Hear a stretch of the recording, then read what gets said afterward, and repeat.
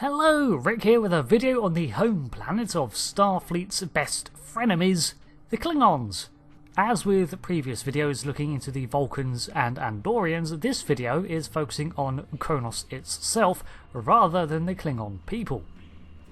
For the longest time, Kronos was known as Kronos among Starfleets, who were basically going off just the pronunciation. The planet has had its location shift a bit with time too. Originally, it was very much considered to be in the Alpha Quadrant, but over the generations of Trek it has sort of drifted into the Beta Quadrant, beginning with its territories, and now the planet itself is shown to be just on the beta side of the Federation's galactic dividing line. Naturally, the planet is the capital of the Klingon Empire, being their originating homeworld, and as the Klingons were encountered well outside of their planet, the system was referred to as the Kronos system, within the Kronos sector, within the Omega Leonis sector block. The Klingons, however, call their system Cathar, or Klinzahai. As with previous systems named in Star Trek, the Omega Leonis system is a real one, some 108 to 112 light-years from Earth. In real life, it appears to be a binary star system, the larger of the two being bigger and brighter than our Sol, but it's still a G-type. The Klingons call this star Kalai. Kronos is an M-class world, with a very thick atmosphere, which is why it is frequently depicted as gloomy and dark.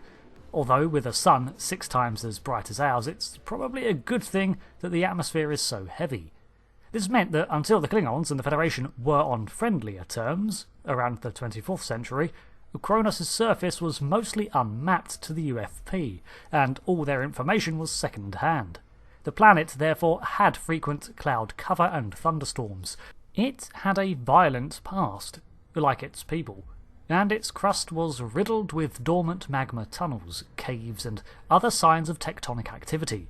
The gravity is slightly higher than Earth's, which would help explain why the Klingons are sturdier than humans, and its day length is around 28 hours. Its surface was predominantly craggy rocks with mountains, valleys, fjords and fells, with expansive plains being notable due to their infrequency. The peaks and mountain ranges were frequented by the Klingons for hunting, celebrations and such, especially the untamed parts. The fact that there were still untamed lands on Kronos for such a technologically advanced civilization seems to be a deliberate choice to create preserves out of respect for their planet. Hunting grounds and ranges were favoured pastimes of the Klingons, so maintaining untamed wilderness would have been a way to ensure future generations still had access to these ancestral traditions.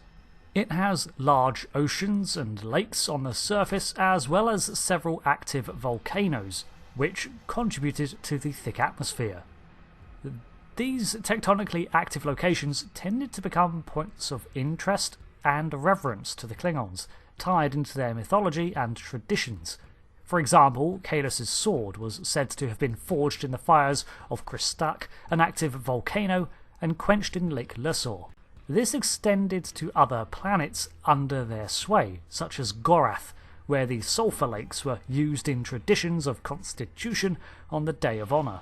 It has one confirmed moon, 2 in some books, Praxis and Corvix. Praxis was mostly destroyed in 2293. In Apocrypha, Praxis has quite a cool history, so I'm going to cover that in brief. Basically, it was the first planetoid to be visited by the Klingons, and was discovered to not only possess lots of ores and mineral wealth, but have a molten core. This allowed them to tap into its energy sources and mine its depths for centuries before they even had warp travel. It was said that Praxis was a gift from their gods, which didn't stop the Klingons from killing them off, so ungrateful, I guess. I thought Praxis used to house dilithium mines, but I can't find a reference to dilithium specifically. Either way, overmining and poor safety practices led to the core destabilising and exploding in 2293. This disaster rained debris on Kronos and dealt a hefty blow to their stability. The Klingon populace then was confronted with a choice: raid other systems for resources, as they had before, or reach out to their neighbours and ask for assistance. The latter prevailed and resulted in the Khitmor Accords. Like most interstellar powers, most of its planets had been explored, but there were still several abandoned areas where former cities once sat, such as the Kether province, which was destroyed by shards of Praxis. The capital city was simply known as the First City and situated on the Kwamchi River. According to beta content, the city predates Kalis and was established, as most Klingon cities were, as a fortress settlement to defend a resource, although the Great Hall was already built. Kalis chose it as his capital because of these features, but it did not become a proper city until the reign of Emperor Sompek. Now it sits as the meeting halls of the Klingon High Council, where the leaders of the Great Houses meet to decide the direction of the Empire. The Klingon Empire, for the longest portion of its history, was expansionist, built on the raiding and warfaring ways of their ancestors.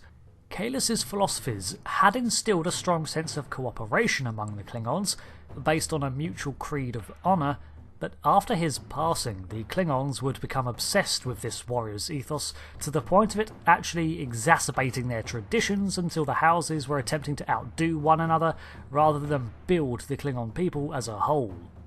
It was this sort of mentality that led to the Klingon Federation wars of the 23rd century, but this was alleviated somewhat with the formation of their centralised Klingon defence force. Because of their pride in their culture and way of life, Klingon presences on worlds that fell under their jurisdiction usurped the cultural styles and native population, leading to a recognisable architecture and customs across multiple planets within the Imperial space. Typically, Klingons would land on a planet, colony or such, and extort the local population for what they needed, while offering protection from others. The level of this protection differed from veiled threats of do as we say or else to genuine offers to defend resource-providing worlds. Again, until the formation of a unified Klingon fleet around 2258, it varied from house to house and even ship to ship, probably traces of the tribalism that had forged their world, divided as it was by such treacherous wild terrain. Some organisations fared rather well when dealing with the Klingons, such as the Orion Syndicate, who traded with the Empire frequently and even had an embassy district on Kronos. As one of the only ports where there was a strong non-Klingon presence, this district did see many other species pass through. For the majority of its history, however, Kronos has been heavily resistant to any non-Klingon presence. Kronos was divided up into ancestral provinces, the majority of which were overseen by one of the houses of the Empire, sometimes several.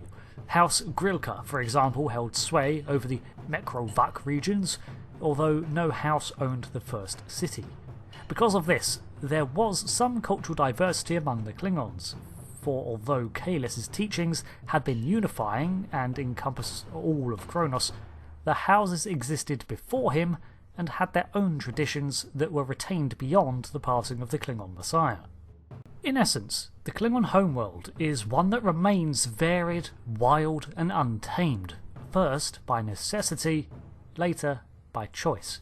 While bastions of civilization either shelter against the storm with stone walls or remain open to nature and the whims of the planet, its past is undoubtedly even more tumultuous than its present. The thousands of miles of dormant lava tubes can attest to that. Just like the Klingons themselves, this rugged land would have acted as natural dividers, leading the Klingons into their clan-like houses, contained within borders, seeking to breach them and expand beyond. With the formation of the KDF and the unification of the houses into a single military, the Klingons themselves have grown beyond simple raiders who strong-arm others into cooperation. While that is what built their empire, it is not the future they are moving towards, leaving those wilder times to the legends of their lore singers. Thanks for watching this video on Kronos. As with the other home worlds, we can see a strong parallel between the planet and its inhabitants, which I really have to stop being mildly surprised by because it should be obvious. Kronos is where the Klingons evolved, adapted and grew from, so naturally they reflect it. Outside of the first city, we don't actually get to see much of Kronos itself, until Star Trek Discovery, which actually drops a planetary map, even if it is 100 years out of date, and visits the Orion port. They also explain it as being a honeycomb of caves, which actually helps explain the Klingons' affinity for such caverns and systems on worlds like Boreth. We do visit many other Klingon worlds and hear mention of them, and as such, a large empire, it is not surprising that they have holds all across their space. It's just most of them were established through colonialism and militant expansion.